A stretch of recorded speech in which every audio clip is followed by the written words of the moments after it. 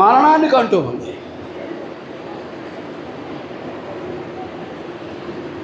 మీకు అర్థమవుతుందా అండి? కావండి, ఈ మరణం ఏంటి? రోమాపత్రిక 5వ అధ్యాయం 12వ వచనం.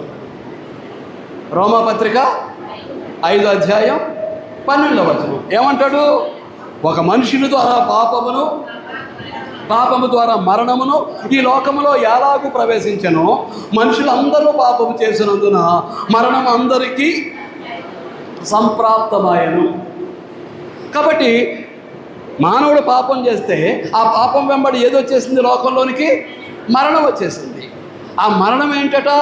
సాతాను యొక్క బలం. ఆ మరణం ఏంటట అండి? సాతాను యొక్క బలం. కాబట్టి సాతాను ఏం చేస్తూ ఉంటాడు? మనుషులందరి చేత పాపము చేయించి చంపుకుంటూ వెళ్ళిపోతూ ఉంటాడు. అంతే. సాతాను ఏం చేస్తూ ఉంటాడండి? అందరి చేత పాపము చేయించి. ఇప్పుడు ఆజ్ఞాతిక్రమం పాపం.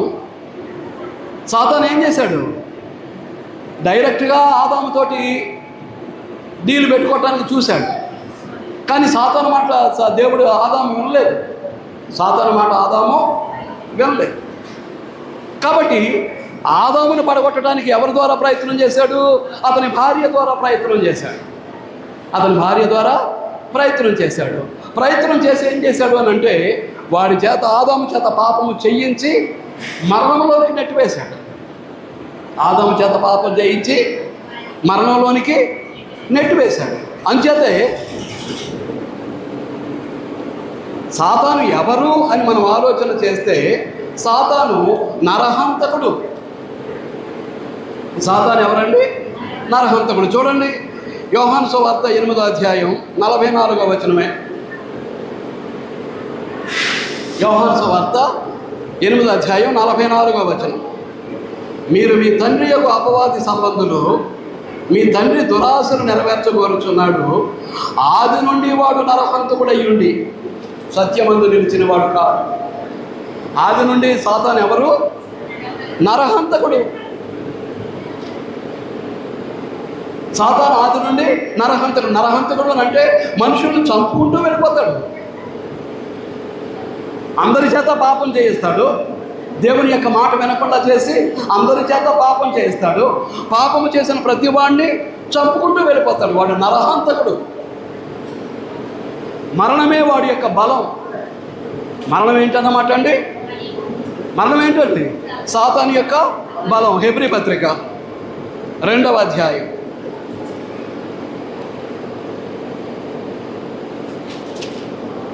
హెబ్రీ పత్రిక 2వ అధ్యాయం తీసారండి. 14-15 వచనాలు. కాబట్టి ఆ పిల్లలు రక్తమాంసములు గలవారైనందున ఆ ప్రకారమే మరణం యొక్క బలము గలవాలని, అనగా అపవాదిని మరణము ద్వారా నశింపచేయుటకు, జీవితకాలమంతయు మరణ భయము చేత దాస్యమునకు లోబడిన వారిని విడిపించుటకు ఆయన కూడా రక్తమాంసములలో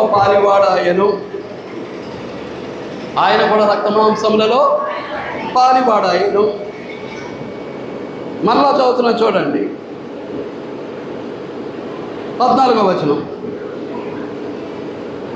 ఆ పిల్లలు రక్తమాంసములు గలవారైనందున ఆ ప్రకారమే మరణము యొక్క బలము గలవారిని, అనగా అపవాదిని. అపవాది అనగా ఎవరు? అపవాది అనగా ఎవరండి? సాతాను. సాతాను యొక్క బలం ఏంటి? మరణం. చంపుకుంటూ పోవటమే. వాడి యొక్క పని ఏంటండి? చంపుకుంటూ వెళ్ళిపోవటమే. మీకు అర్థమవుతుందా? వాడు చంపుకుంటూ వెళ్ళిపోవటమే. అంచేత మరణమే వాడి యొక్క బలం. సాతాను యొక్క బలం ఏంటి? మరణమే వాడి యొక్క బలం. కాబట్టి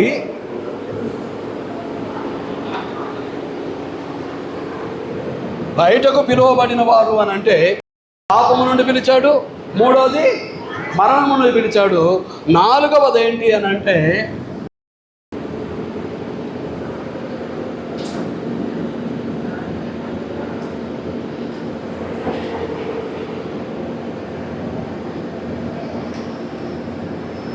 నాలుగవది ఏంటండి?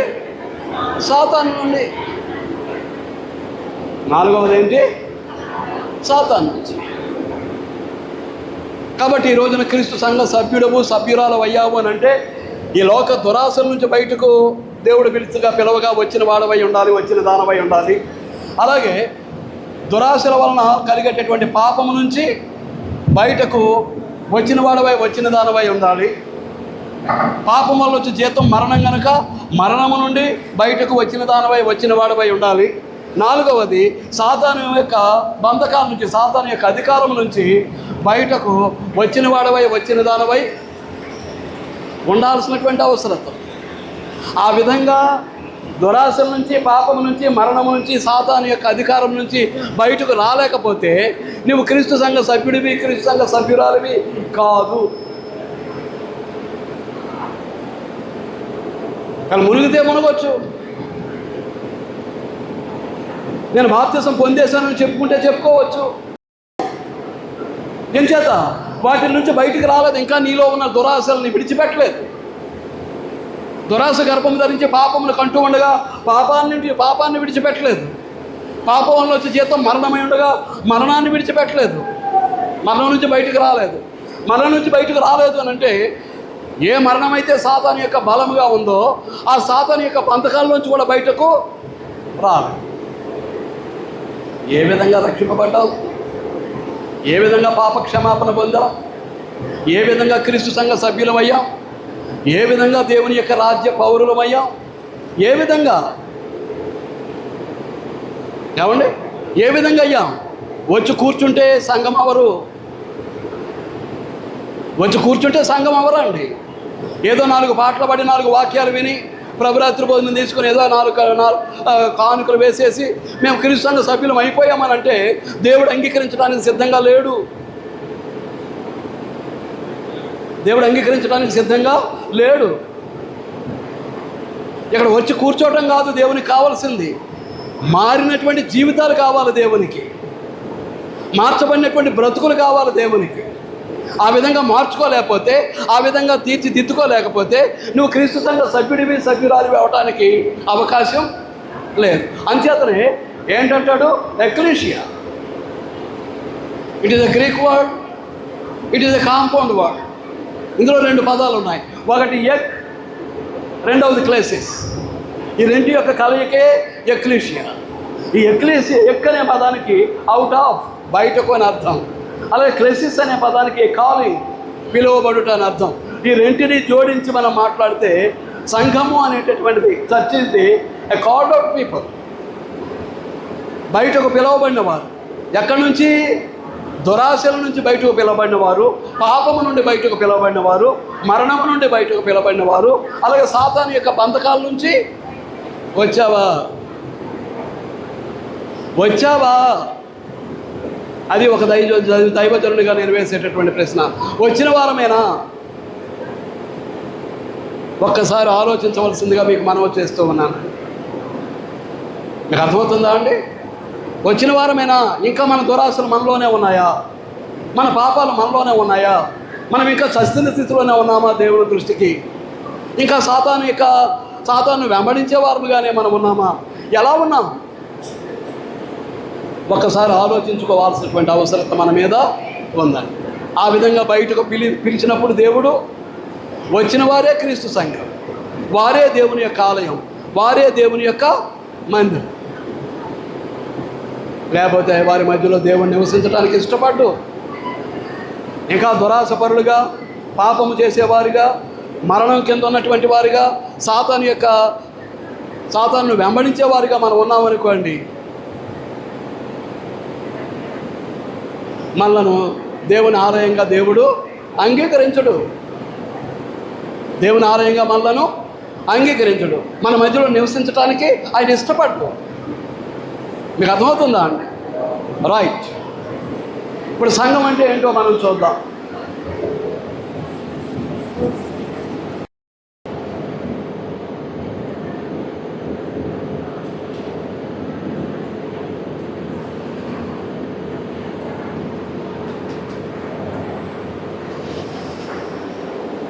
సంఘము అనగా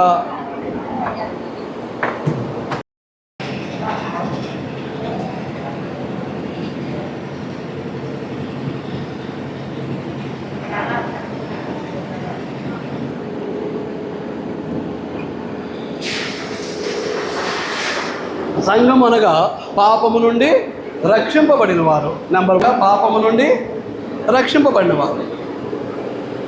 రైట్. మత్తయి సువార్త 1వ అధ్యాయం 21వ వచనం. మత్తయి సువార్త 1వ అధ్యాయం 21వ వచనం చదువుతున్నానండి.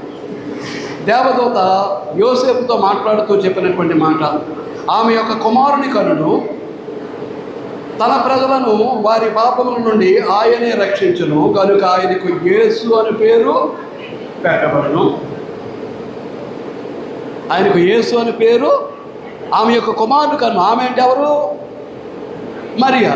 అది కూడా రావట్లేదు. ఆమె అంటే ఎవరు? మరియా. ఆమెను విడిచిపెట్టేయాలనుకుంటున్నాడు.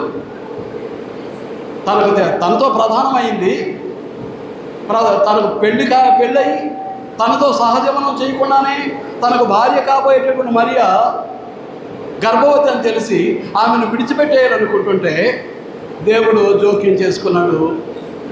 తన దూత ద్వారా దర్శనాన్ని కలిగించాడు. ఇప్పుడు దేవదూత గబ్రియేలు దూత యోసేపుతో మాట్లాడుచు చెప్తున్నటువంటి మాట, ఆమె అనగా మరియా ఒక కుమారుని కనును, తన ప్రజలను వారి పాపముల నుండి ఆయనే రక్షించును.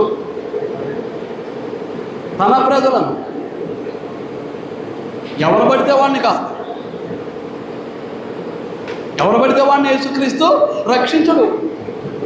ఎవరిని పడితే వారిని రక్షించడానికి యేసుక్రీస్తు శరీరధారి అయి రక్తమాంసాల్లో పారివాడై నరునిగా ఈ భూమి మీద అవతరించలేదు. ఎవరిని రక్షిస్తాడు? తన వారిని. తన వారు అంటే ఎవరు? చూడండి, మత్తయి సువార్త 12వ అధ్యాయం. మత్తయి సువార్త 12వ అధ్యాయం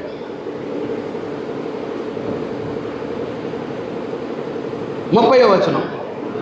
నా పక్షమున ఉండని వాడు నాకు విరోధి. ఏమంటున్నాడండి? నా పక్షమున ఉండని వాడు నాకు విరోధి, నాతో కలిసి సమకూర్చని వాడు చెదరగొట్టువాడు. ఇప్పుడు ఏం చేయాలి సంఘం? ఏం చేయాలి? ఏ ఒక్కరూ నశించిపోకూడదు అనేటటువంటి దేవుని యొక్క ఉద్దేశాన్ని నెరవేర్చడానికి ఆయన యొక్క రాకడ ఆలస్యం అవుతూ ఉంది. అందరూ మారు మనసు పొందాలని దీర్ఘశాంతాన్ని వహిస్తూ ఉన్నాడు.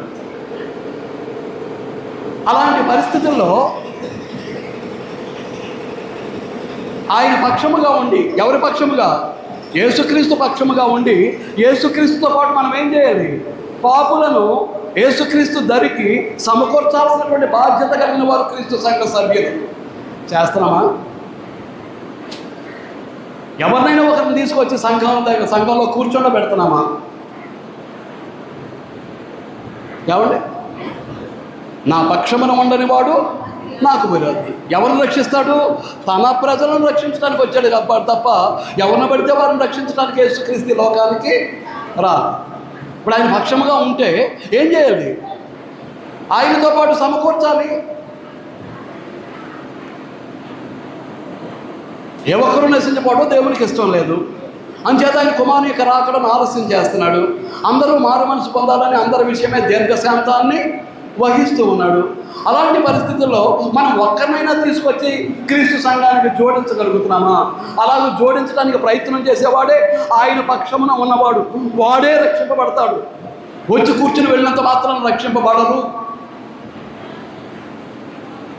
క్రీస్తు సంఘం అని బోర్డు రాసి పెట్టుకుని ఏ ఒక్కరిని తీసుకొచ్చి సంఘంలో చేర్చని వాడు దేవుని పక్షముగా ఉన్నటువంటి వాడు కాదు, దేవుని ప్రజలో ఉన్నటువంటి వాడు కాదు.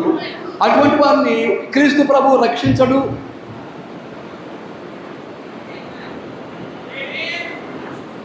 మీకు అర్థమవుతుందా అండి? అటువంటి వారిని క్రీస్తు ప్రభు రక్షించడు. తన ప్రజలను రక్షించుటకు యేసుక్రీస్తు ఏం చేశాడు? కన్యమరియా గర్భాన్ని భూమి మీద నరునిగా అవతరించాడు. మీకు అర్థమవుతుందా? కాబట్టి సంఘములో చేర్చుకునేవాడు కూడా ఎవరు? ఆ విధంగా రక్షిస్తాడు. ఏమంటున్నాడు? మత్తయి సువార్త 12:30 నా పక్షమున ఉండని వాడు నాకు విరోధి, నాతో కలిసి సమకూర్చని వాడు చెదరగొట్టువాడు అని చెప్పేస్తున్నాడు. మనం ఇంతగా ఏ లిస్టులో ఉన్నాం? సమకూర్చే లిస్టులో ఉన్నామా, చెదరగొట్టే లిస్టులో ఉన్నామా? ఎందులో ఉన్నాం? మనం ఆలోచించుకోవాల్సినటువంటి అవసరం ఉందండి. మీకు అర్థమవుతుందా అండి? ఇప్పుడు రక్షింపబడిన వారిని సంఘంలో చేర్చుకునేవాడు ఎవరు? యేసుక్రీస్తు ప్రభువే. ఏం చేత సంఘం ఆయనది. ఏం చేత మనం ముందే చూసాం. మత్తయి సువార్త 16:18 ఏమంటున్నాడు? ఈ బండ మీద నా సంఘమును కట్టుదును, upon this rock I will build my church. అది నా సంఘం. అది ఎవరి సంఘం? నా సంఘం. కాబట్టి ఆయన సంఘంలో ఎవరు చేర్చుకుంటారు? క్రీస్తు ప్రభువే చేర్చుకుంటారు. చూడండి, అపోస్తుల కార్యముల గ్రంథం 2వ అధ్యాయం.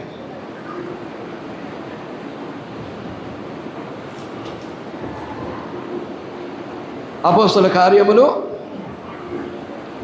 2వ అధ్యాయం 47వ వచనం. అపోస్తుల కార్యములు 2వ అధ్యాయం 47వ వచనం. ఆనందముతోనూ నిష్కపటమైన హృదయముతోనూ ఆహారము పుచ్చుకొని చుండిరి, మరియు రక్షణ పొందుచున్న వారిని ప్రభువు అనుదినం మరియు ప్రభువు రక్షణ పొందుచున్న వారిని అనుదినము వారితో మనం చేర్చుకున్నాడా? నిన్ను చేర్చుకున్నాడా? సంఘం అయింది, నువ్వు వచ్చి కూర్చుంటున్నావు క్రీస్తు సంఘంలో. అసలు నేను ఆయన చేర్చుకున్నాడా? వచ్చి కూర్చున్నంత మాత్రం చేర్చుకున్నట్టుగా తన ప్రజలను ఆయన రక్షించడానికి ఈ లోకానికి వచ్చారు. తన ప్రజలు అంటే ఎవరు? ఆయన పక్షముగా ఉన్నటువంటి వారు, ఆయనతో కలిసి పాపులను సమకూర్చేవారు. దేవుని క్రీస్తు ప్రభు యొక్క ప్రజలు. సమకూర్చని వాడు చెదరగొట్టువాడు. ఆయన తేల్చేస్తున్నాడు. ఎవరైతే సమకూర్చే కార్యక్రమాన్ని చేయట్లేదో వాళ్ళు ఎవరన్నమాట? చెదరగొట్టేటటువంటి వారు. ఆ వారినే ఆయన చేర్చుకుంటాడు. ఏమంటున్నాడు? ప్రభు రక్షణ పొందుచున్న వారిని అనుదినము వారితో చేర్చుచుండెను. ప్రభువు రక్షణ పొందుచున్న వారిని అనుదినము వారితో చేర్చుచుండెను.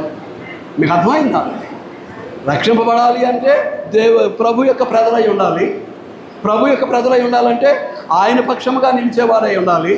ఆయనతో పాటు సమకూర్చేవారై ఉండాలి. సంఘాభివృద్ధికి, సంఘ విస్తరణకు పాటుపడేవారై ఉండాలి. సంఘాభివృద్ధికి, సంఘ విస్తరణకు పాటుపడినప్పుడు క్రీస్తు వారిగా ఉండటానికి అవకాశం లేదు, క్రీస్తు పక్షముగా ఉండటానికి అవకాశం లేదు. మీకు అర్థమవుతుందా అండి? అటువంటి వారినే ప్రభు ఏం చేస్తాడు? సంఘములో చేర్చుకుంటాడు. ప్రభు ఏం చేస్తాడండి? సంఘములో చేర్చుకుంటాడు, లేకపోతే చేర్చుకోడు. రెండవది,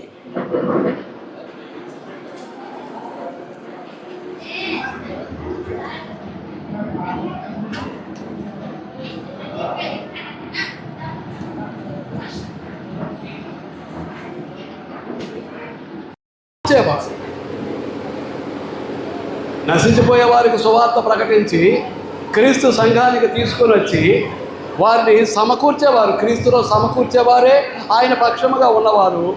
వారే క్రీస్తు ప్రభు యొక్క ప్రజలు. వారే రక్షింపబడతారు క్రీస్తు ప్రభు చేత, లేకపోతే రక్షింపబడటానికి అవకాశం లేదు. రెండవది ఏంటంటే క్రీస్తు రక్తముచే కొనబడిన వారు. రెండవది ఏంటంటే క్రీస్తు రక్తముచే కొనబడినటువంటి వారు. చూద్దాం.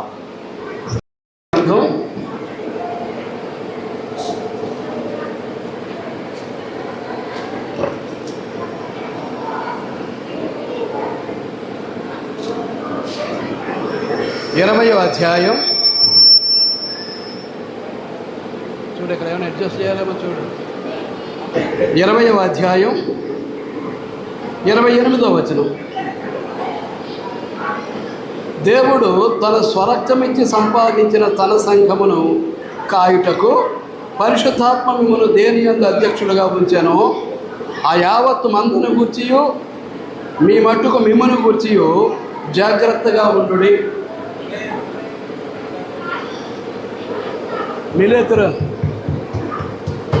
మిలేతురేవులో చూడు, మిలేతురేవులో దిగి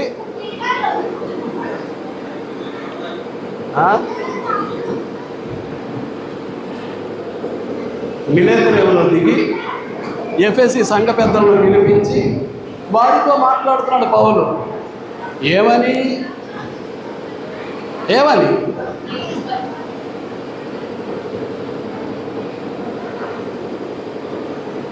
ఇంచుమించుగా 18వ వచనం నుంచి మాట్లాడుకుంటూ వచ్చి 28వ వచనంలో అంటాడు, దేవుడు తన స్వరక్తమిచ్చి సంపాదించిన తన సంఘము. దేవుడు దేని చేత సంఘాన్ని సంపాదించుకున్నాడట? దేవుడి దగ్గర 4 వేసి కింద ఫుట్నోట్లో ఉంటుంది చూడండి. దేవుడు అని అంటే తండ్రి అయినటువంటి దేవుడు అనుకుంటారు మీరు. దేవుడు అని అంటే కింద ఫుట్నోట్లు ఏమన్నాడు? ప్రభువు అన్నాడు. ప్రభు అంటే ఎవరు? యేసుక్రీస్తు ప్రభు. ప్రభు తన స్వరక్తం ఇచ్చి సంపాదించిన తన సంఘము. ప్రభు తన స్వరక్తం ఇచ్చి సంపాదించిన తన సంఘము. చూడండి ప్రకటన గ్రంథం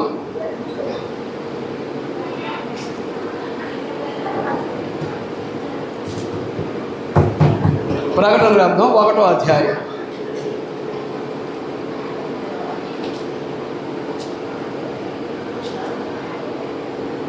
తీసారా? ప్రకటన గ్రంథం 1వ అధ్యాయం 6వ వచనం.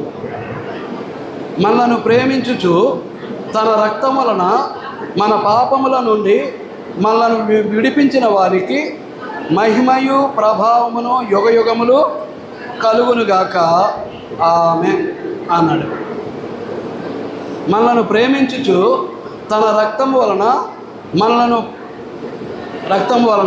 మన పాపముల నుండి విడిపించిన వారికి, తన రక్తం వలన మన పాపముల నుండి విడిపించిన వానికి దగ్గర నంబర్ వేసి కింద ఫుట్నోట్లో అంటాడు చూడండి. విడిపించిన వానికి దగ్గర 4 వేసి కింద ఫుట్నోట్లు ఏమంటాడు? కడిగిన వానికి. ఏమంటున్నాడు? కడిగిన వారికి. అంటే క్రీస్తు యొక్క రక్తం ఏం చేస్తుంది అన్నమాట? మానవ పాపాలను కడిగివేస్తూ ఉంది. మానవ పాపాలను ఏం చేస్తుందండి? అది కడిగివేస్తూ ఉంది. అంచేతనే ఏమంటున్నాడు? తన రక్తం వలన పాపము నుండి విడిపింపబడిన వారికి, తన రక్తం వలన పాపముల నుండి విడిపింపబడిన వారికి అంటూ ఉన్నాడు. అలాగే ప్రకటన గ్రంథం 5వ అధ్యాయం. ప్రకటన గ్రంథం 5వ అధ్యాయం 9-10 వచనాలు. ప్రకటన గ్రంథం 5వ అధ్యాయం 9-10 వచనాలు. ఆ పెద్దలు, నీవు ఆ గ్రంథమును తీసుకొని దాని ముద్రలు విప్పుటకు యోగ్యుడవు, నీవు వధింపబడిన వాడవై నీ రక్తం ఇచ్చి ప్రతి వంశములోనూ ఆయా భాషలు మాట్లాడు వారిలోనూ ప్రతి ప్రజలోనూ ప్రతి జనములోనూ దేవుని కొరకు మనుష్యులను కొని. ఏమిచ్చుకున్నాడు? క్రీస్తు ప్రభు యొక్క రక్తం ఇచ్చి కొన్నాడు. అక్కడ దేవుడు తన స్వరక్తం ఇచ్చి సంపాదించిన తన సంఘము అన్నాడు. దేవుడు అంటే ఎవరు? దేవుడు అంటే ఎవరిని ఉద్దేశించి మాట్లాడుతున్నాడు? క్రీస్తు ప్రభు కూడా దైవత్వంలో ఒకడు, దైవత్వము కలిగిన వాడు కాబట్టి యేసుక్రీస్తుని ఉద్దేశించి దేవుడు అని సంబోధిస్తూ కింద ఫుట్నోట్లు ఏమన్నాడు? ప్రభువు. ప్రభు అంటే ఎవరన్నమాట? యేసుక్రీస్తు ప్రభు.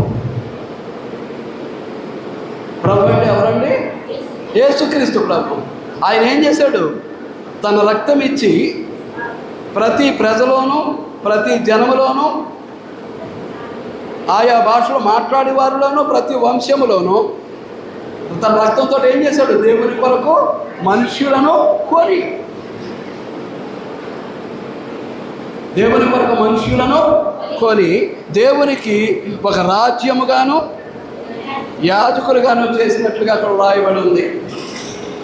ఎక్కడ? ప్రకటన గ్రంథం 5:9-10.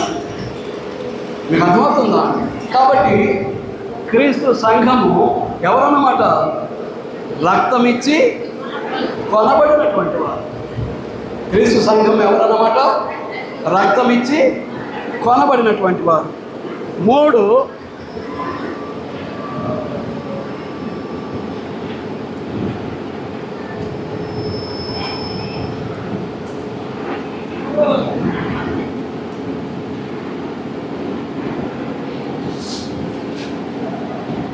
పరచబడినటువంటి వారు. 3 ఏంటి? దేవునితో సమాధానం. చూడండి, ఎఫెసీ పత్రిక 2వ అధ్యాయం.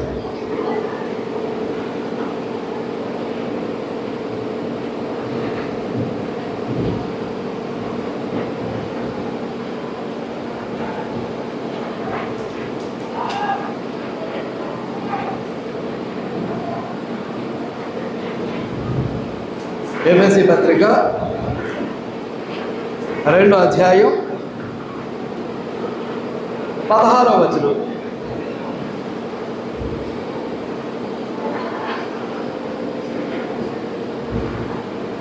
చూడండి, తన శిలువ వలన ఆ ద్వేషమును సంహరించి దాని ద్వారా వీరిద్దరిని ఏకము చేసి దేవునితో సమాధానపరచవలనని ఎలాగూ చేశాను కనుక ఆయనయే మనకు సమాధానకారకుడై ఉన్నాడు.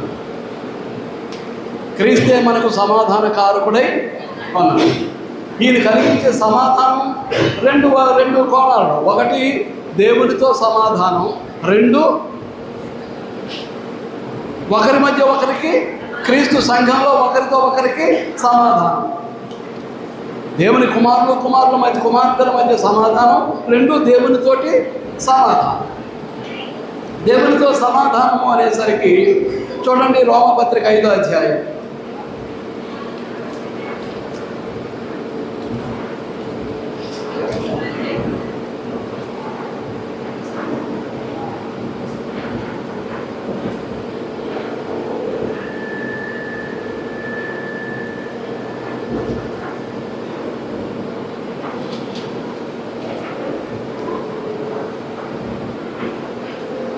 తీసుకురాండి. చూడండి, రోమపత్రిక 5వ అధ్యాయం 6వ వచనం. 6వ వచనంలో మనం ఇంకా బలహీనులమై ఉండగా అనే మాట కనిపిస్తూ ఉంది. అంటే శారీరకంగా దారుణ్యం కలిగి ఉండి ఉండవచ్చు, కానీ ఆత్మీయంగా బలహీనులు. ఆత్మీయ బలహీనులు ఎలా ఉంటారు? భక్తిహీనులై ఉంటారు. అదే వచనంలో తర్వాత మాట ఏమంటాడు? భక్తిహీనులు. ఆ తర్వాత 8వ వచనానికి వస్తే, ఎట్లనగా మనం ఇంకనూ పాపులమై ఉండగానే అంటూ ఉన్నాడు. మనం ఇంకా పాపులమై ఉండగానే. కనుక ఆత్మీయ జీవన విధానంలో బలహీనులైన వారు భక్తిహీనులు, భక్తిహీనులైనటువంటి వారు పాపులు, పాపులైనటువంటి వారు దేవునికి శత్రువులు. 10వ వచనం. అనగా శత్రువులమై ఉండగా ఆయన కుమారుని మరణము ద్వారా మనము దేవునితో సమాధానపరచబడి అనగా, యేసుక్రీస్తు యొక్క మరణము ద్వారా మనము ఎవరితో సమాధానపరచబడుతున్నాం? దేవునితో సమాధానపరచబడుతూ ఉన్నాం. సమాధానపరచబడిన ఎడల సమాధానపరచబడిన వారమై ఆయన జీవించుట చేత మరి నిశ్చయముగా రక్షింపబడుదును. కాబట్టి యేసుక్రీస్తు యొక్క శిలువ మరణము ద్వారా మనం ఎవరితో సమాధానపరచబడుతున్నాం? దేవునితోటి సమాధానపరచబడుతున్నాం. ఏం చేత?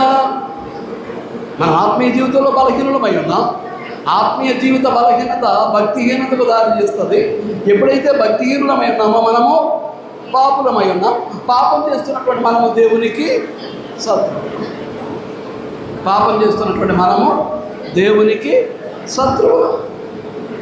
శత్రువులను యేసుక్రీస్తు ఏం చేశాడు? దేవునితో సమాధానపరిచాడు. దేవునితో ఏం చేశాడు? సమాధానపరిచాడు. దేవునితో సమాధానపరచడమే కాదు, సహోదరుల మధ్య కూడా సమాధానాన్ని కలిగించాడు. ఏ విధమైనటువంటి అపార్థాలు కానీ, ఏ విధమైనటువంటి మనస్పర్ధలు కానీ, ఏ విధమైనటువంటి విరోధ భావాలు కానీ లేకుండా సంఘమంతా ఎలా ఉండాలి?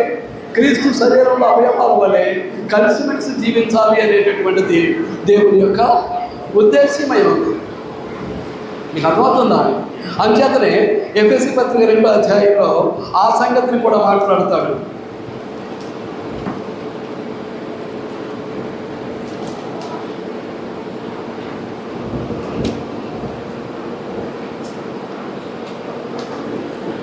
ఎఫెసీ పత్రిక 2వ అధ్యాయం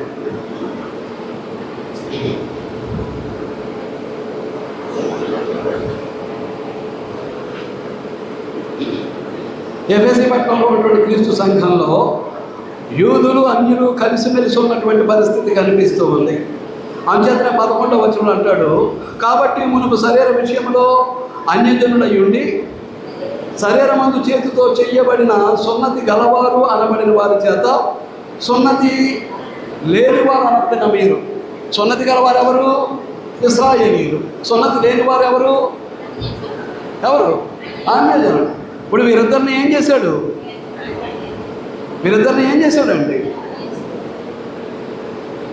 చూడండి 16వ వచనంలో, తన శిలువ వలన ద్వేషమును సంహరించి దాని ద్వారా వీరిద్దరిని ఏకముగా చేసి దేవునితో సమాధాన పడవలనని ఎలాగూ చేశాను. మీకు అర్థమవుతుందా? వీరిద్దరిని ఏం చేశాడు? ఏకము చేశాడు. ఎవరిద్దరిని? ఇశ్రాయేలీయుల్ని, అన్యులను యేసుక్రీస్తునందు ఆయన శిలువ రక్తము ద్వారా వారిద్దరిని ఏం చేశాడు? ఏకముగా చేసి. చూడండి ఇక్కడ చెప్తాడు 15వ వచనం, అట్లు సంధి చేసి వీరిద్దరిని ఒక్క నూతన పురుషునిగా సృష్టించి, యోధుని కానీ అన్యుని కానీ ఒక్క నూతన పురుషునిగా సృష్టించి. ఎవరా ఒక్క నూతన పురుషుడు? క్రైస్తవుడు. ఇప్పుడు క్రైస్తవుడు అంటే యోధా క్రైస్తవుడా, అన్య క్రైస్తవుడా, ఏ క్రైస్తవుడు? ఇప్పుడు క్రైస్తవుడు అనేటటువంటి పదంతో ఏం చేశాడు? యూదుల మధ్య ఉన్నటువంటి వ్యత్యాసాలని, ప్రజల మధ్య ఉన్నటువంటి వ్యత్యాసాలని, ప్రజల మధ్య ఉన్నటువంటి విరోధ భావాలను ఏం చేశాడు? వేళ్లతో సహా పెకలించేసినటువంటి పరిస్థితిని మనం చూస్తూ ఉన్నాం. మీకు అర్థమవుతుందా? అలాగే ఈనాడు కుల వ్యవస్థ కూడా పోవాలి అంటే దేని ద్వారా అండి? ఒక క్రైస్తవుని ద్వారానే. ఇక క్రైస్తవులకు వచ్చే ఆ క్రైస్తవుడు ఈ క్రైస్తవుడు అని కులాన్ని జోడించి చెప్పే పరిస్థితులు ఉండవు. క్రైస్తవుడు అని అంటే క్రైస్తవుడు అక్కడే. యోధా క్రైస్తవుడు, అన్య క్రైస్తవుడు అనేటువంటి భేదము లేదు. వారి కులాన్ని పేరు చెప్పి ఆ క్రైస్తవుడు అని చెప్పడానికి కూడా అవకాశం లేదు. కాబట్టి ఈ క్రైస్తవ్యం పేరు మీద దేవుడు చేసింది ఏంటన్నమాట అండి? ప్రభుత్వాలకు సాధ్యం కానటువంటి పనిని దేవుడు యేసుక్రీస్తునందు చేశాడు. వేళ్లతో సహా కుల వ్యవస్థను పెకలించేయడానికి ఈ క్రైస్తవ్యాన్ని భూమి మీద స్థాపించినట్లుగా మనం చూస్తూ ఉన్నాం. కాబట్టి ఒకటి, పాపం నుంచి విమోచింపబడటం ద్వారా దేవునితో సమాధానం, మనలో ఉన్నటువంటి భావాలు విడనాడటం ద్వారా మనుషుల మధ్య విరోధ భావాలు తొలగింపబడి అందరము ఒక్కటే అనేటటువంటి భావన మనలో కలిగిస్తూ ఉన్నాడు. దీంతో క్రైస్తవుడు అనే పదంతో, క్రీస్తు సంఘము అనేటటువంటి పదంతో. మీకు అర్థమవుతుందా అండి? ఏంటండి తరువాత 4వది ఏంటండి?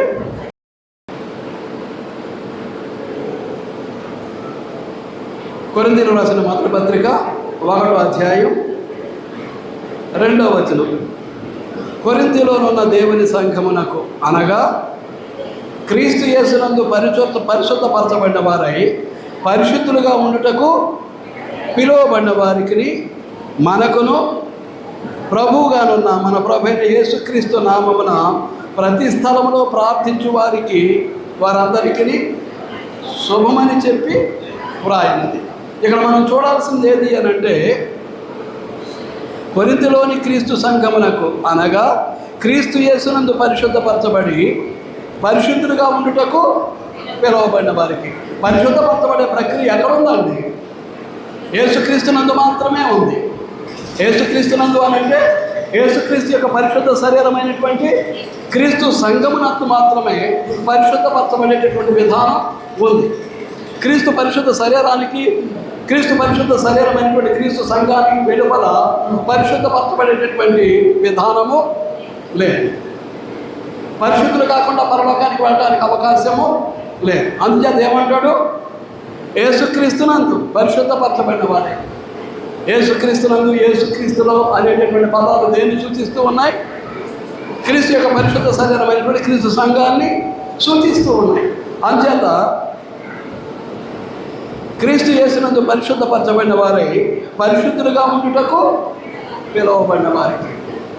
యేసుక్రీస్తునందు పరిశుద్ధపరచబడి మనం ఎలాగో పరిశుద్ధులుగా ఉండటానికే పిలువబడ్డాం. ఎంతవరకు? మరణ పర్యంతం. మనం చనిపోయేంత వరకు పరిశుద్ధులుగానే ఉండాలి. యేసుక్రీస్తు యొక్క పరిశుద్ధతలో పాలివారమై ఉండాలి. యేసుక్రీస్తు యొక్క పరిశుద్ధతలో పాలివారమై ఉన్నాము అనడానికి రుజువుగానే ప్రతి ప్రభువు దినాన మనం ప్రభురాత్రి భోజనాన్ని స్వీకరిస్తూ ఉన్నాం. ప్రభురాత్రి భోజనాన్ని స్వీకరిస్తున్నాం అంటే ఏం చేస్తున్నాం అన్నమాట? క్రీస్తు యొక్క పరిశుద్ధతలో పాలివారం అవుతూ ఉన్నాం. మన పరిశుద్ధతను కొనసాగిస్తూ ఉన్నాం. మీకు అర్థమవుతుందా? క్రీస్తు యొక్క పరిశుద్ధతలో మనం పాలివారం అవుతూ ఉన్నాం. మీకు అర్థమవుతుందా? అందుచేత క్రీస్తు యేసునందు పరిశుద్ధపరచబడిన వారే పరిశుద్ధులుగా ఉండుటకు పిలువబడి. ఎవరు? సంఘం, క్రీస్తు సంఘం. మీకు అర్థమవుతుందా? తర్వాత 5వది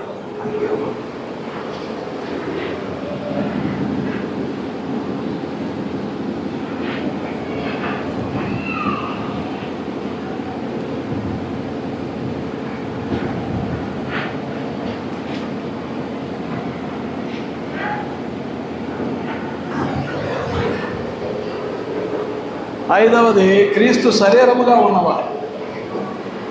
5వ పాయింట్ ఏంటంటే క్రీస్తు శరీరముగా ఉన్నవారు క్రీస్తు సంఘం. మీకు అర్థమవుతుందా అండి? ఎఫెసీ పత్రిక 1వ అధ్యాయం.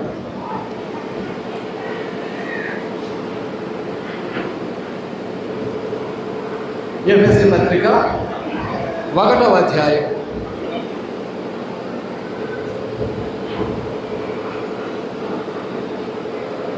20వ వచనం నుంచి చదువుతున్నానండి.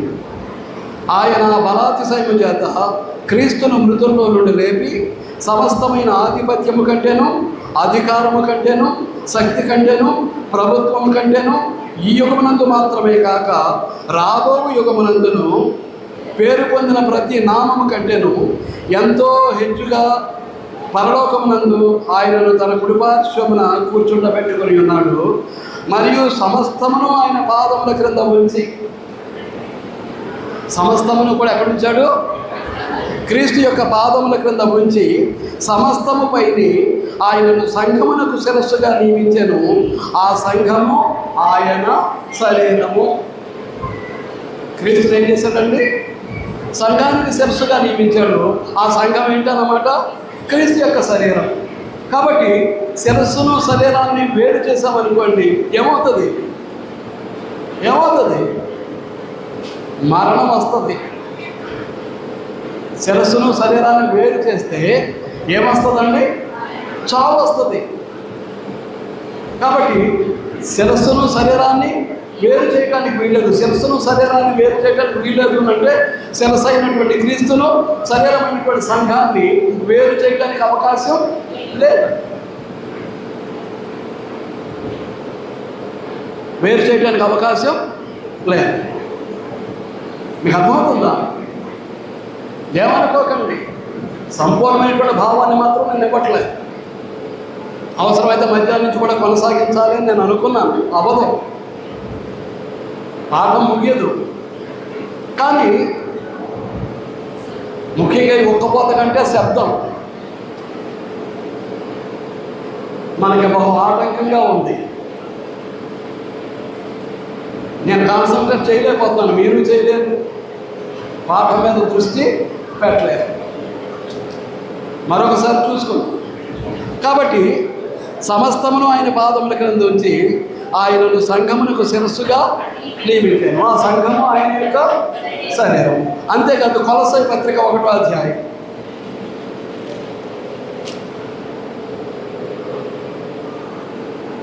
కొలస్సై పత్రిక 1వ అధ్యాయం తీసారా అండి?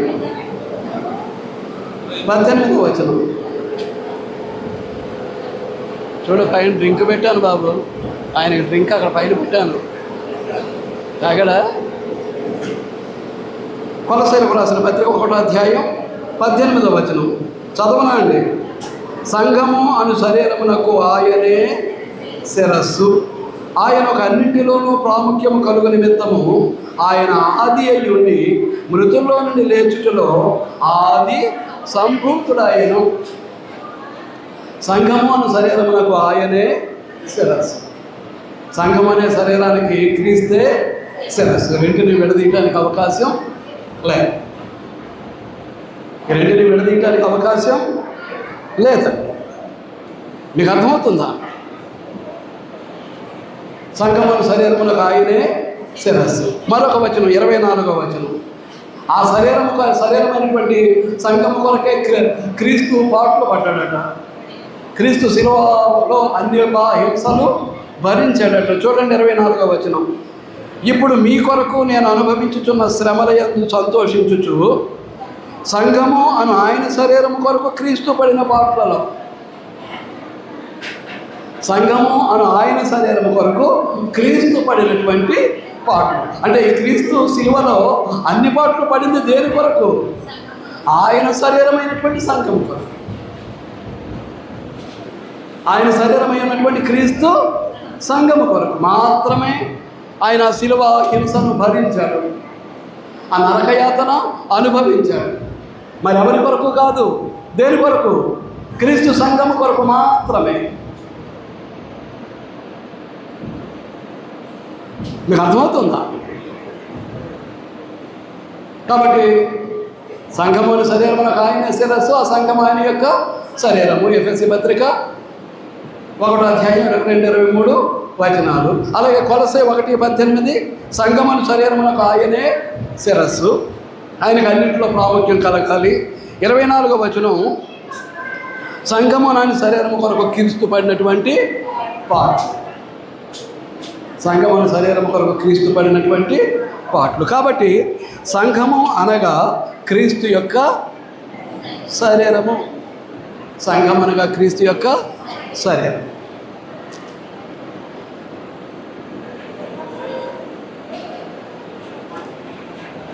సంఘము అనగా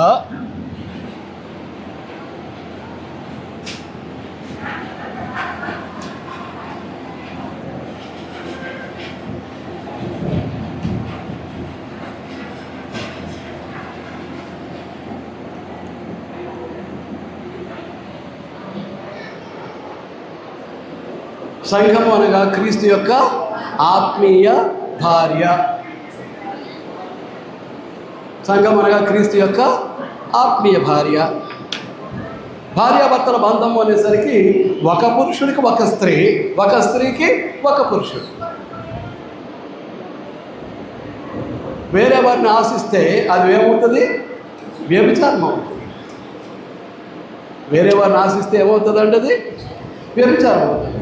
కనుక ఒక భర్త ఒక భార్య ఎలాగో దైవ నియమంలో జతపరచబడ్డారో అలాగే ఒక క్రీస్తు ఒక సంఘము, ఒక క్రీస్తు ఒక సంఘము. చూడండి కొరింథీయులకు రాసిన 2వ పత్రిక 11వ అధ్యాయం. కొరింథీయులకు రాసిన 1వ పత్రిక 11వ అధ్యాయం 2వ వచనం. 2వ వచనం దేవాసక్తితో మీ ఎడల ఆసక్తి కలిగి ఉన్నాను. ఎందుకనగా పవిత్రురాలైన కన్యకనుగా ఒక్కడే పురుషునికి అనగా క్రీస్తుకు సమర్పింపవలనని మిమ్మును ప్రధానము చేసి తిని. ఈ వచనంలో సంఘం ఎక్కడన్నా కనిపిస్తూ ఉందా అండి? సహోదరులు, నా ప్రశ్నకు సమాధానం కావాలి.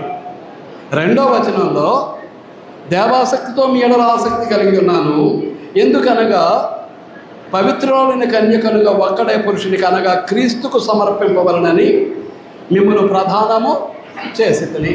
మొన్న పెళ్లి చేసాం. ప్రధానం చేసిన వెంటనే ఏం చేసాం? ప్రధానం చేయబడినటువంటి అమ్మాయిని తీసుకుని అబ్బాయి ఇంటికి వచ్చేసాం. అబ్బాయి యొక్క సొత్తుగా, ఆ ఇంటి కోడలుగా అమ్మాయిని తీసుకుని వచ్చేసాం. మీకు అర్థమవుతుందా? ఇప్పుడు ప్రధానము చేశామా అని అంటే ఆమె ఎవరిని సొత్తు? ఆమెకు ఎవరైతే భర్త కాబోతున్నారో అతని యొక్క సొత్తు. ఇప్పుడు ఒక్కడే పురుషుని కనుక క్రీస్తుకు మిమ్మును ప్రధానము చేసి తిని. అది సంఘాన్ని గురించి మాట్లాడిందని నేను అంటున్నాను. సంఘం అనే పదం ఎక్కడైనా కనిపించిందా? సంఘాన్ని సూచించేటటువంటి విధానం ఏమైనా కనిపించిందా? చూడండి, అక్కడ గ్రంథాన్ని మూస్తే తెలియదు.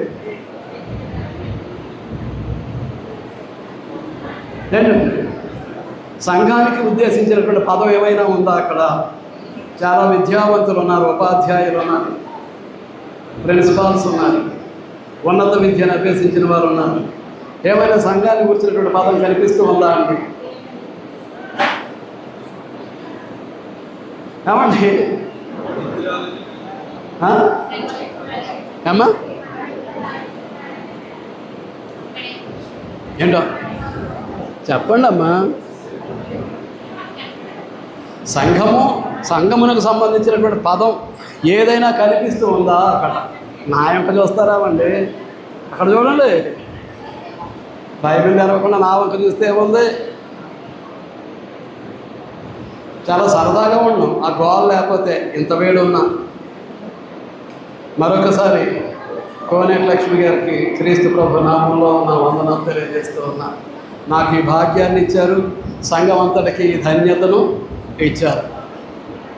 చాలా సంతోషం అన్నమాట. ఏమి లేదా అండి?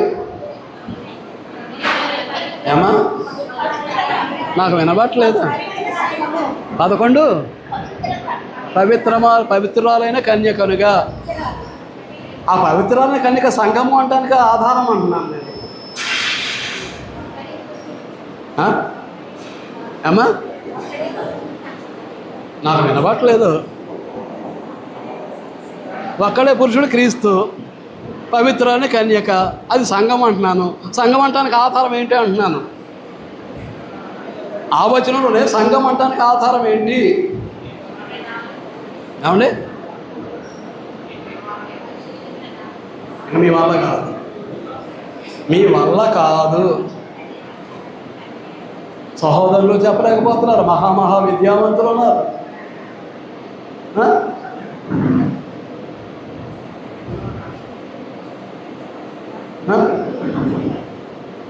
పిల్లలకి విద్యను బోధించే విద్యార్హత కలిగిన వారు ఉన్నారు. అలాగే టీచర్స్గా పనిచేసేవాళ్ళు, కొన్ని ప్రిన్సిపాల్స్గా ఉన్నవాళ్ళు, ఉన్నత విద్య చదివిన వాళ్ళు. అక్కడ ఏ పదం ఉందో ఏం కనిపించట్లేదు జనాలకి. ఏది అని అంటే మిమ్మును, it is a plural word, ఏకవచనం. ఇందాక చెప్పాను, ఒక పురుషునికి ఒక స్త్రీ, ఒక పురుషునికి ఒక స్త్రీ, ఒక స్త్రీకి ఒక పురుషుడు. అది భౌతిక వివాహ బంధం. అది భౌతికమైనటువంటి వివాహ బంధం. ఇక్కడ క్రీస్తుకు ఒకే ఒక్క సంఘం, పవిత్రురాలైనటువంటి కన్యక. ఆ కన్యక సంఘము అనడానికి రుజువు ఏంటి అని అంటే ఆ వచనంలో ఏమన్నాడు? మిమ్మును ప్రధానం చేసి తిని. మిమ్మును అనేది ఏకవచన ప్రయోగం కాదు, బహువచన ప్రయోగం. మిమ్మును అంటే మిమ్మల్ని, మిమ్మల్ని అంటే నిన్ను అంటే ఒకరు, నిన్ను అంటే ఒకరు, మిమ్మును అంటే ఎక్కువ మంది. ఒకరికంటే ఎక్కువ ఉంటేనే మిమ్మల్ని అంటాం, లేకపోతే అనం. ఒకవేళ గౌరవప్రదంగా అంటాం మిమ్మల్ని అని. ఇప్పుడు భార్య భర్తను అంటుంది, మీరు వెళ్ళి కూరగాయలు పట్టండి, మీరు వెళ్ళి కిరాణా పట్టండి. మీరు అంటే గౌరవప్రదమైనటువంటి పదం, ఎక్కువ ఉన్నారని కాదు. కానీ ఇక్కడేంటి, కొరింథీ పట్టణంలోని క్రీస్తు సంఘాన్ని ఉద్దేశించి మాట్లాడుతూ మిమ్మును అన్నాడు అని అంటే ఎవరిని ఉద్దేశించి? సంఘాన్ని ఉద్దేశించి. నేను ఉద్దేశించండి, సంఘాన్ని ఉద్దేశించి. సంఘాన్ని ఏం చేశాడట? క్రీస్తుకు పవిత్రాన్ని కన్యకనుగా ఒక్కడే పురుషుడు కనుక క్రీస్తుకు మిమ్మల్ని ప్రధానము చేసి తిని. ఆ తర్వాత ఎఫెసీ పత్రికలో మనం పోయిన వారమే చూసాం. ఎక్కడ? ప్రసాద్ గారి యొక్క కృతజ్ఞత కూడికలో పోయిన వారంలో చూసామా లేదా అండి? భార్యాభర్తల బంధాన్ని క్రీస్తు సంఘముల యొక్క బంధాలతో పోల్చి మాట్లాడినటువంటి విధానాన్ని మనం చూసాం. చూడండి, ఎఫెసీ పత్రిక 5వ అధ్యాయం. ఎఫెసీ పత్రిక 5వ అధ్యాయం. స్త్రీలారా, ప్రభువునకు వలె మీ సొంత పురుషులకు లోబడి ఉండడి. క్రీస్తు సంఘమునకు శిరసయ్యున్నలాగున పురుషుడు భార్యకు శిరసై ఉన్నాడు. క్రీస్తు సంఘమునకు శిరసయ్యున్నలాగున పురుషుడు భార్యకు శిరసై ఉన్నాడు. క్రీస్తే శరీరమునకు రక్షకుడై ఉన్నాడు. సంఘము క్రీస్తునకు లోబడినట్లుగా భార్యలు కూడా ప్రతి విషయంలో పురుషులకు, క్రీస్తు సంఘము భర్త భార్య, క్రీస్తు సంఘము భర్త భార్య. దీన్ని ఉద్దేశించి కూడా ఆదికాండం 1:24లో వచనాన్ని కోట్ చేసి మాట్లాడాడు. పురుషుడు తన తండ్రిని విడిచి తన భార్యను, మనం చూసాం కదా 3 చోట్ల ఉన్నటువంటి సంగతిని గురించి ప్రసాదరావు గారి యొక్క కృతజ్ఞత కోటంలో మనం చూసాం. అదే విషయాన్ని 31వ వచనంలో చెప్తే ఏమంటున్నాడు? ఈ హేతువు చేత పురుషుడు తన తండ్రిని తల్లిని విడిచి తన భార్యను హత్తుకొనును, వారిద్దరూ ఏక శరీరం అవుతారు. ఈ మర్మము గొప్పది. అయితే నేను వాస్తవానికి భార్యను గురించి, భర్తను గురించి, భర్త భార్యల బంధాన్ని గురించి మాట్లాడట్లేదు, కానీ క్రీస్తుని గురించి, సంఘమును గురించి చెప్పుచున్నాను. కాబట్టి ఈ మర్మం ఒక పురుషునికి ఒక స్త్రీ భార్య, ఒక స్త్రీకి ఒక పురుషుడు భర్త. అదేవిధంగా ఒక క్రీస్తుకు ఒకే ఒక సంఘం. క్రీస్తుకు సంఘానికి భార్యాభర్తల బంధం అనేటటువంటి ఒక రూపచిత్రాన్ని మనకు కనిపరుస్తూ ఉన్నాడు ఇక్కడ లేఖనాలు. మీకు అర్థమవుతుందా? ప్రధానమైంది పెళ్ళి ఎక్కడ? పరలోకంలో. మరి మనలో ఎంతమంది వెళ్ళబోతున్నారు పరలోకానికి? క్రీస్తు సంఘంలో ఉంటూ కూడా మనలో ఎంతమంది వెళ్ళబోతున్నాం? నేను వెళ్ళబోతున్నానా పరలోకానికి? మీరు వెళ్ళబోతున్నారా? మిమ్మల్ని మీరు ప్రశ్నించుకోండి. చూడండి, ప్రకటన గ్రంథం 19వ అధ్యాయం.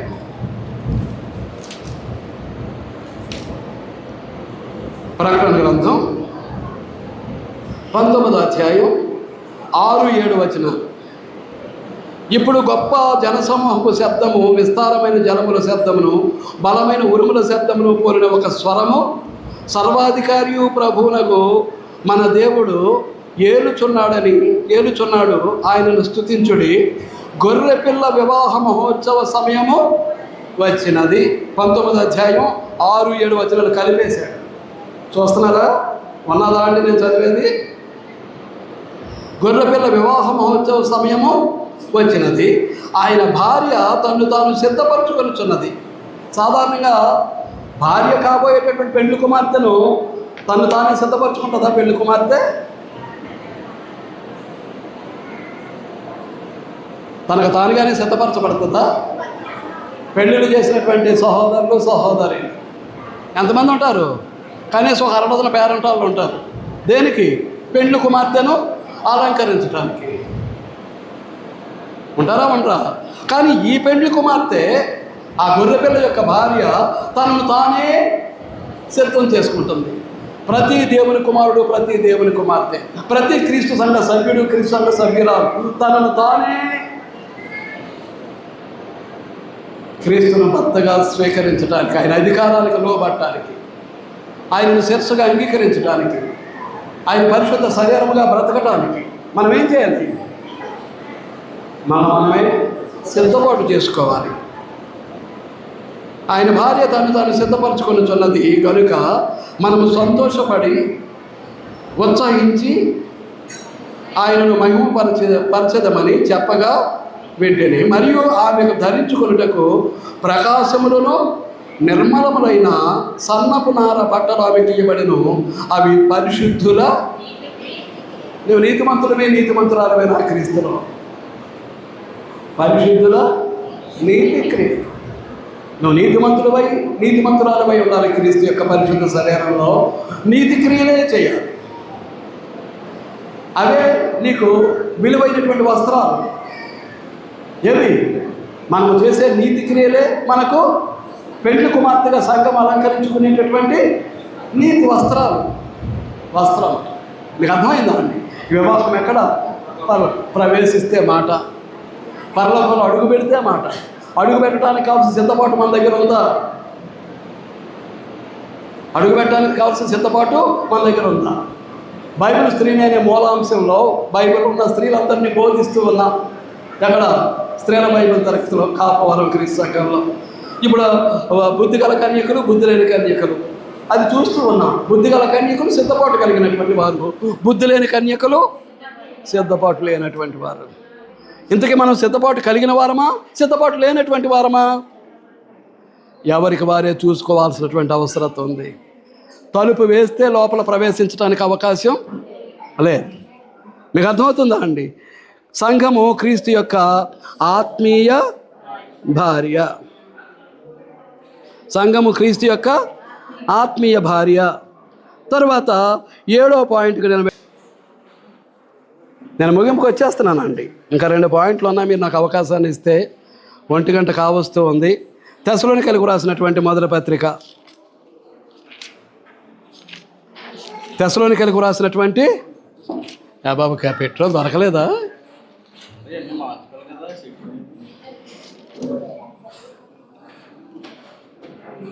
తెస్సలోనికైలకు రాసినటువంటి మొదటి పత్రిక 1వ అధ్యాయం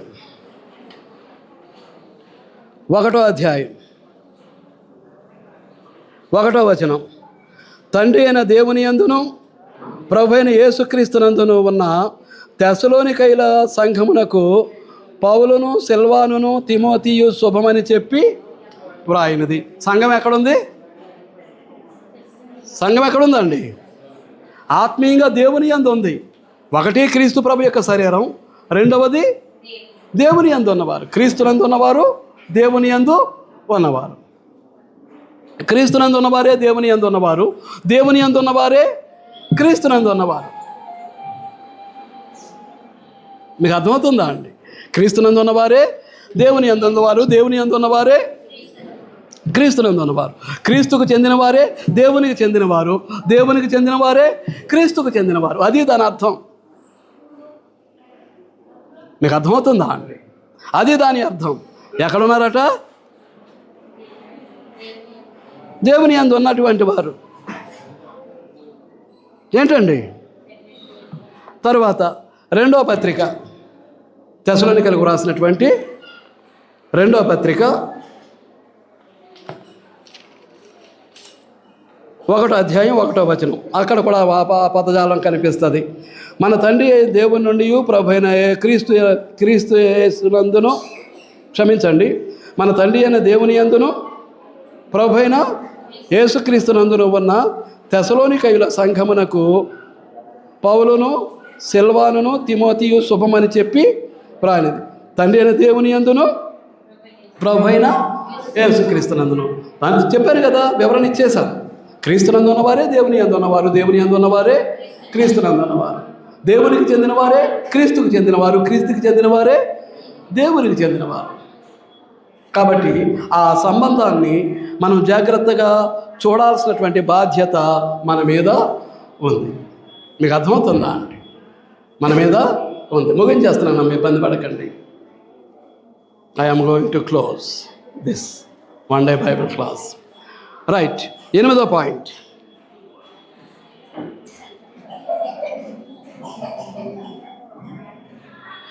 వేడికి భయపడి పాఠాన్ని వదిలేసి అందమ్మడి తిరిగే వాళ్ళు రేపు పొద్దున నరకానికి వెళ్తే ఏం చేస్తారండి ప్రసాద్ గారు? కాదు, ఈ వేడికి తట్టుకోలేక క్లాసులోకి రాకుండా, బయట లోపలికి రాకుండా అక్కడే ఉండిపోయారు. స్టార్టింగ్ నుంచి అక్కడే కుర్చేసి కూర్చున్నారు. వచ్చిన వాళ్ళు కూడా బయటికి వెళ్ళిపోయారు. ఏదో ఉండబట్టలేక స్థలాకెళ్ళేలాగా వచ్చేవాళ్ళు ఉన్నారనుకోండి, వారిని అభినందించాలి. వారికి చాలా వందనాలండి. మొత్తం మీద లోపల ఉండాలనే మనసు ఉంది. ఇప్పుడు బయట ఉన్న వాళ్ళ సంగతి ఏంటి? రేపు నరకంలో పడితే ఏమండి సూర్యబాబు గారు? ఏంటి కదా, ఇప్పుడు ఈ వేడిని తట్టుకోలేక ఇక్కడ కూర్చోవటం మానేశారు. ఇప్పుడు నేను ఎక్కడికి పోవాలి? కాదు, పాఠాన్ని బోధించే నేను ఎక్కడికి పోవాలండి? ఏమా లలిత కుమారి గారు, నేను ఎక్కడికి పోవాలి? పాఠాన్ని బోధించే నేను ఎక్కడికి పోవాలి? మీరంటే వెళ్ళిపోయి వచ్చేస్తున్నారు, నేను ఎక్కడికి పోవాలి?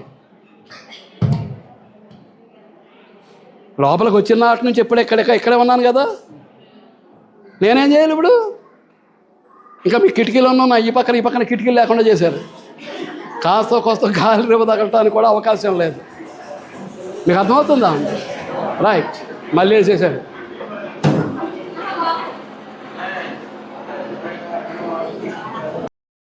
పరలోకంలో లెక్కించబడినటువంటి వారు. హెబ్రీ పత్రిక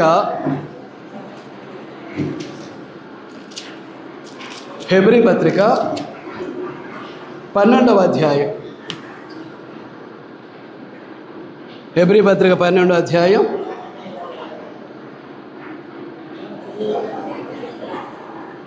'సియోను కొండకును దేవుని జీవము గల దేవుని పట్టణమునకును అనగా పరలోకపు యెరూషలేమునకును వేవేల కొలది దేవదూతల యొద్దకును పరలోకమందు వ్రాయబడి ఉన్న జ్యేష్ఠుల సంఘమునకును వారి మహోత్సవమునకును అందరి న్యాయాధిపతి అయిన దేవుని యొద్దకును సంపూర్ణ సిద్ధి పొందిన నీతిమంతుల ఆత్మల యొద్దకును క్రొత్త నిబంధనకు మధ్యవర్తి అయిన యేసునొద్దకును హేబేలు కంటే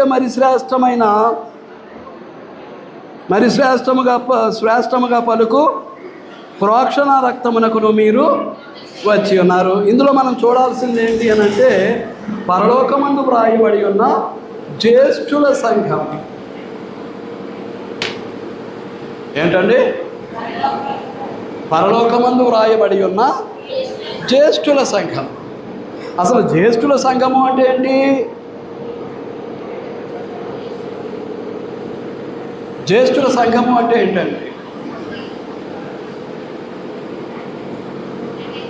ఇప్పుడు ఆదికాండం 1వ అధ్యాయం 28వ వచనానికి వెళితే అక్కడ ఏమంటున్నాడు? మీరు ఫలించి అభివృద్ధి పొంది విస్తరించి భూమిని నిండించి అన్నాడు. మీరు ఫలించి అభివృద్ధి పొంది విస్తరించే భూమి మీద ఏం చేయాలి? విస్తరించి భూమిని నిండించమంటున్నాడు. దేనికి?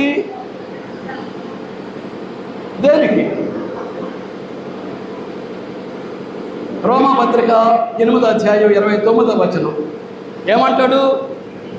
తన కుమారుడు అనేక సహోదరులలో జ్యేష్ఠుడగినట్లు. మీరు ఫలించి అభివృద్ధి పొంది విస్తరించి భూమిని నిండించడం ఎందుకు అంటే, తన కుమారుడైనటువంటి యేసుక్రీస్తు వారందరిలో ఏమై ఉండాలి? జ్యేష్ఠుడై ఉండాలి. అద్వితీయ కుమారుడైనటువంటి యేసుక్రీస్తు ఏమవ్వాలి? జ్యేష్ఠుడై ఉండాలి. మనం ఎక్కడికి వెతకాలి? జ్యేష్ఠుడగినట్లు దేవుడు ఎవరిని ముందుగా ఎరిగానో వారు తన కుమారునితో సారూప్యం గలవారు. నేను చెప్పేస్తున్నాను, చదవట్లేదు అనుకుంటున్నారా? తీసి చూడండి. రోమాపత్రిక 8వ అధ్యాయం 29వ వచనం. నేనేదో ఊరికనే మాట్లాడుతున్నాను అనుకుంటున్నారా? పరిస్థితులు బాగా చెప్పుకుంటూ వెళ్ళిపోతున్నా.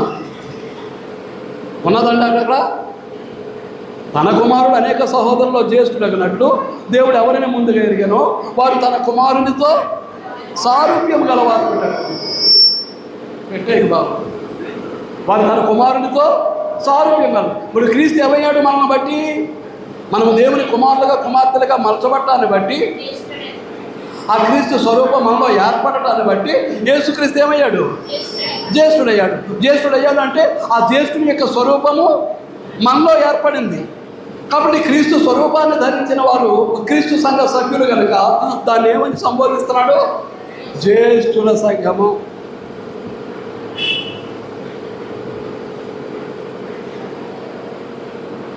ఆయన సంకల్పం, ఆయన మహాజ్ఞానం ఎంత మహోన్నతమైందో, ఎంత అద్భుతమైనదో, ఎంత గొప్పదో ఒక్కసారి చూడండి. మీకు అర్థమవుతుందా అండి?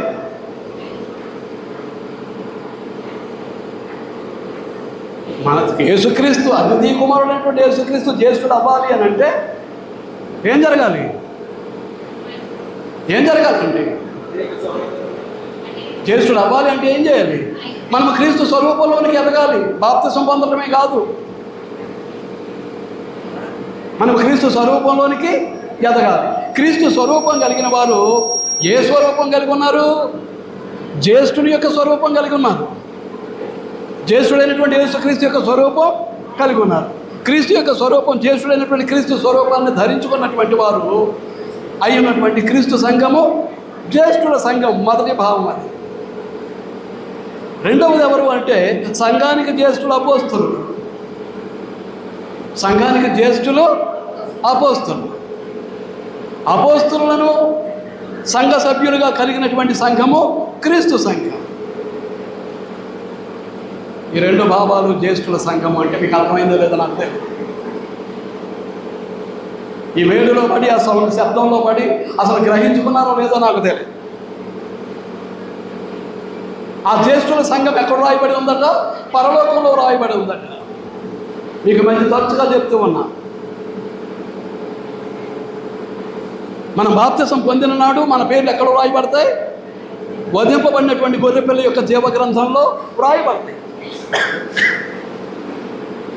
ఆ గొర్రెపిల్ల యొక్క జీవగ్రంథంలో వ్రాయబడినటువంటి వారు భూలోక సంబంధులు కారు.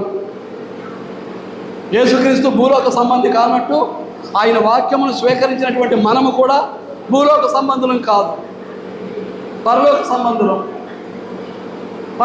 పరలోక పౌరులు.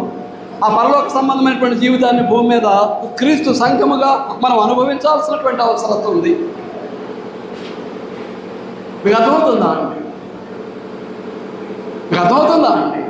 రెండు జ్యేష్ఠుల సంఘం అంటే రెండు భావాలు ఇచ్చాను. ఒకటి, క్రీస్తు స్వరూపాన్ని కలిగి క్రీస్తు జ్యేష్ఠుడిగా అవటానికి క్రీస్తు స్వరూపాన్ని పొందినటువంటి వారు జ్యేష్ఠుల సంఘం. అలాగే సంఘానికి జ్యేష్ఠులైనటువంటి వారు అపోస్తలులు. అపోస్తలులను సంఘ సభ్యులుగా కలిగినటువంటి సంఘం క్రీస్తు సంఘం. ఆ సంఘము ఎక్కడ రాయబడింది? పరలోకంలో రాయబడింది. నేను మళ్ళా చదువుతున్నాను. 12వ అధ్యాయం 22, 23 వచనాలు. మరియు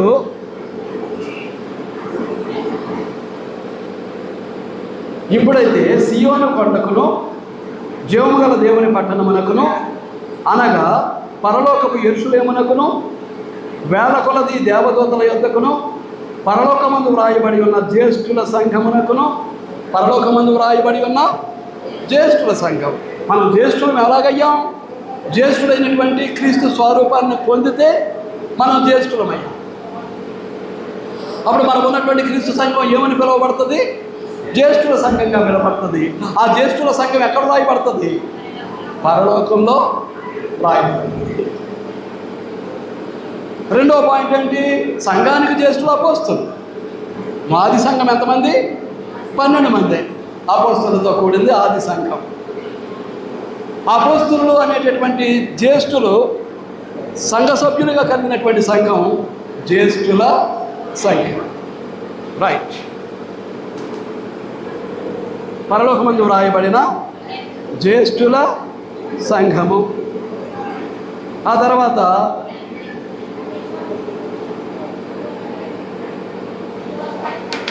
సంఘం ఏం చేయాలి? నిత్యము దేవునిని మహిమపరచాలి. ఎఫెసీ పత్రిక 3వ అధ్యాయం. ఎఫెసీ పత్రిక 3వ అధ్యాయం తీసుకురండి. 20-21 వచనాలు. 3వ అధ్యాయం 20-21 వచనాలు చదివేస్తున్నానండి. మనలో కార్యసాధకమైన తన శక్తి చొప్పున మనం అడుగు వాటన్నిటికంటేనూ ఊహించు వాటన్నిటికంటేనూ అత్యధికముగా చేయ శక్తి గల దేవునికి క్రీస్తు యేసు మూలముగా సంఘములో తరతరములు సదాకాలము మహిమ కలుగునుగాక. ఆమేన్. నిత్యము శాశ్వతంగా దేవునికి మహిమ కలిగించేటటువంటి సంస్థ ఏదన్నమాట? సంఘం. ఏం చేత మనం అడిగేదానికంటే ఊహించేదానికంటే అత్యధికముగా చేయగల దేవునికి యేసుక్రీస్తు మూలముగా సంఘములో తరతరములు సదాకాలం దేవునికి మహిమ కలుగునుగాక. ఆమేన్. కనుక సంఘము నిత్యం కూడా దేవుణ్ణి మహిమపరిచేటటువంటి సంస్థ. మీకు అర్థమైందా అండి? నేను ఇంతవరకు పాఠాలను ముగించేశాను. మీకు ఎంతవరకు అర్థమైందో నాకు తెలియదు. ఏమండి, అది దావీదు పోగు చేసి ఇచ్చింది, అక్కడ వ్రాయబడింది. ఇంకా ప్రజలు ఎంత ఇచ్చారో మనకి తెలియదు. మీకు అర్థమవుతుందా? ప్రజలు ఎంత ఇచ్చారో మనకు తెలియదు. అలాగే 140 టన్నుల వెండి లెక్కకు మించి ఇత్తడి, ఇనుము, కర్ర సామాగ్రి సమకూర్చబడింది. దానితో నిర్మించి ఏమంటాడు? ఆకాశ మహాకాశములు పట్టున్నటువంటి నీకు నేను కట్టినటువంటి ఈ మందిరము ఎలా పడుతుంది? దేవుడు మాట్లాడితే ఏమంటాడు?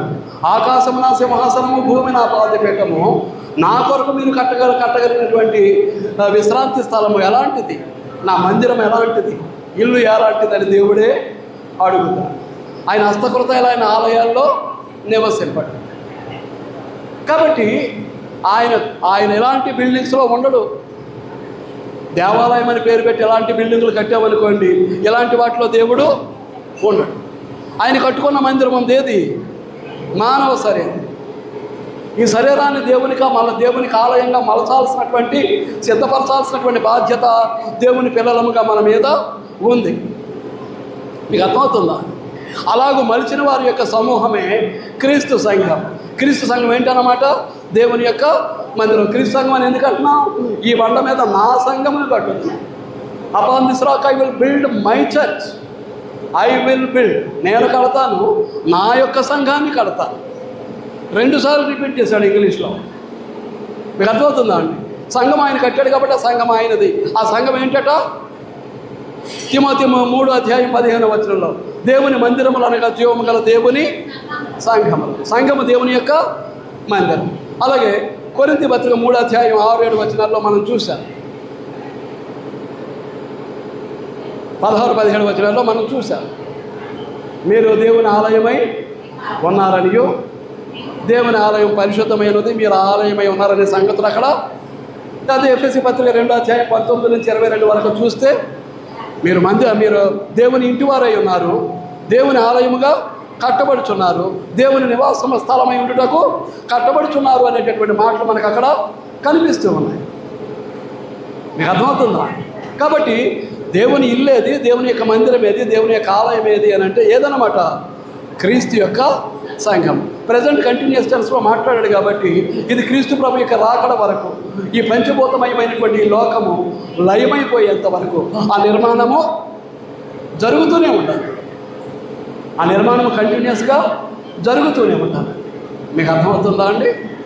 కాబట్టి అలాగూ కట్టబడిందే సంఘం. లోకంలో ఉన్నటువంటి సంఘము అనే పదానికి ఇంగ్లీష్లో వాడబడిన పదాలు ఏంటండి? ఆర్గనైజేషన్ అంటే వ్యవస్థలో కొద్దిమంది మనుషుల సమూహము ఉంటుంది. రెండవది అసోసియేషన్, అందులో కూడా కొద్దిమంది మనుషుల యొక్క సమూహము ఉంటుంది. తర్వాత యూనియన్లో కూడా కొద్దిమంది సమూహము ఉంటుంది. దాని ఆత్మ సంబంధమైనటువంటి విధానంలో బైబిల్ ఏముంది అని అంటే చర్చ్ అని. ఈ చర్చ్ అనే పదానికి ఈ గ్రీకులో వాడబడినటువంటి పదము ఎక్లీషియా. ఎక్లీషియా అయితే కాంపౌండ్ వర్డ్. ఎక్ ఒక పదం, క్రేసిస్ అనేది ఒక పదం. ఎక్ అనే పదానికి అర్థం ఏంటి అని అంటే అవుట్ ఆఫ్, బయటకు. క్రెసిస్ అనేటటువంటి మరొక పదానికి కాలింగ్ అనగా పిలువబడిన వారు. ఎక్కడి నుంచి పిలువబడ్డారు? లోక దురాశ నుంచి పిలువబడ్డారు, పాపం నుండి పిలువబడ్డారు, పాపంలో వచ్చి జీతమైనటువంటి మరణము నుండి పిలువబడ్డారు, ఆ మరణం యొక్క బలము కలిగినటువంటి సాతాను బంధకాల్లోంచి పిలువబడ్డారు. సంఘము అనగా పాపం నుండి రక్షింపబడిన వారు. రక్షింపబడ్డామో లేదో మనం చూసుకోవాల్సినటువంటి అవసరం ఉంది. సంఘం అనగా క్రీస్తు రక్తముచే కొనబడిన వారు. కొనబడ్డామో లేదో చూసుకోవాల్సినటువంటి అవసరం ఉంది. సంఘం అనగా దేవునితోనూ తోటి సహోదరులతో సమాధానపరచబడిన వారు. విరోధ భావాలు, కక్షలు, పగలు, అపార్థాలు, మనస్పర్ధలు సంఘంలో ఉండటానికి వీల్లేదు. అటువంటి భావాలు ఉంటే మనం పశ్చాత్తాపడాలి, మారు మనసు పొందాలి, తోటి సహోదరులతో సమాధానపడాలి. ఆ సమాధానపడినటువంటి సమూహమే దేవునితో సమాధానపడినటువంటి క్రీస్తు సంఘం. తర్వాత 4వది ఏంటి? పరిశుద్ధపరచబడినటువంటి వారు. క్రీస్తు సంఘం అనగా ఎవరు? క్రీస్తునందు పరిశుద్ధపరచబడి పరిశుద్ధులై ఉండటానికి పిలువబడినటువంటి వారు. అలాగే సంఘం అనగా క్రీస్తు యొక్క శరీరం. అది పరిశుద్ధమైనటువంటి శరీరం. క్రీస్తు ఎవరో ప్రవహించే రక్తము కూడా పరిశుద్ధమైందే. ప్రభురాత్రి భోజనాన్ని స్వీకరించే మనము పరిశుద్ధులమై ఉండాలి. క్రీస్తు యొక్క పరిశుద్ధతలో పాలువారమై ఉంటేనే ప్రభురాత్రి భోజనాన్ని స్వీకరించాలి. లేకపోతే అయోగ్యత తీసుకుంటాం, అపరాధులు పోతాం, మన కొరకు శిక్ష కాచుకొని కూర్చుంటుంది. క్రీస్తు సరిగా ఉన్నామంటానికి రుజువే ప్రభురాత్రి భోజనం. తర్వాత క్రీస్తు యొక్క ఆత్మీయ భార్య ప్రదానం చేశాడు. కొరింథీయులకు రాసిన 2వ పత్రిక 11వ అధ్యాయం 2వ వచనంలో ప్రదానం చేశాడు. ఎఫెసీ పత్రికలో వివరణ ఇచ్చాడు. ఈ మర్మం గొప్పది. నేను భార్యాభర్తల గురించి మాట్లాడలేదు, క్రీస్తుని గురించి, సంఘముని గురించి మాట్లాడుచున్నాను అని వివరణ ఇచ్చాడు. ఆ వివాహం ఎక్కడండి? ప్రకటన గ్రంథం 19వ అధ్యాయం 26-27 వచనాల్లో మనకు ఆ వివాహం యొక్క విధానం పరలోకంలో కనిపిస్తూ ఉంటుంది. తర్వాత ఆత్మీయంగా దేవుని యందు ఉన్నవారు, క్రీస్తునందు ఉన్నవారు, దేవుని యందు ఉన్నవారు, దేవుని యందు ఉన్నవారు, క్రీస్తునందు ఉన్నవారు, క్రీస్తుకు చెందినవారు, దేవునికి చెందినవారు, దేవునికి చెందినవారు, క్రీస్తు. అట్టి అనుకూలమైనటువంటి జీవన విధానం మనకు కలిగి ఉండాల్సినటువంటి అవసరం ఉంది. మీకు అర్థమవుతుందా అండి? ఆత్మీయంగా దేవుని యందు ఉన్నవారు. తర్వాత పరలోకంలో లెక్కించబడినటువంటి వారు. ఇక్కడ క్రీస్తు సంఘ సభ్యులు అయ్యారు అని అంటే మీ పేర్లు పరలోకంలో వధింపబడిన గొర్రె పిల్ల యొక్క జీవ గ్రంథంలో వ్రాయబడి ఉంటాయి.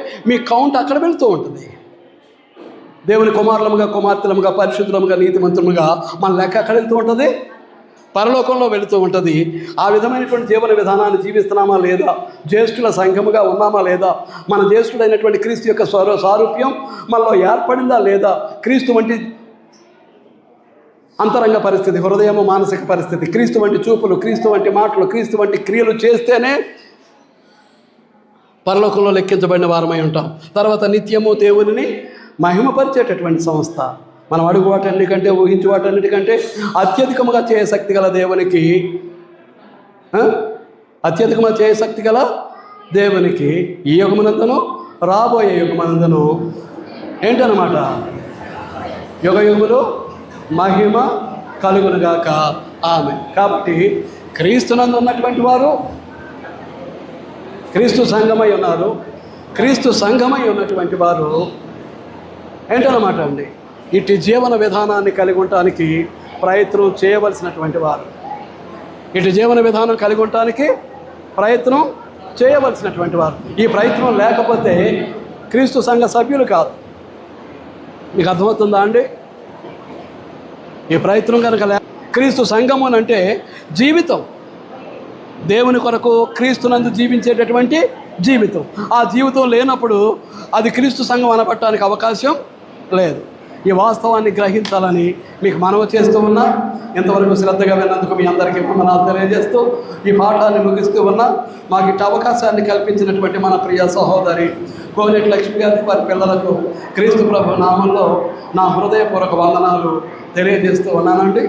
అధ్యక్షులకు సమయాన్ని అప్పగిస్తూ నేను సెలవు తీసుకుంటూ ఉన్నా. అందరికీ వందనాలు.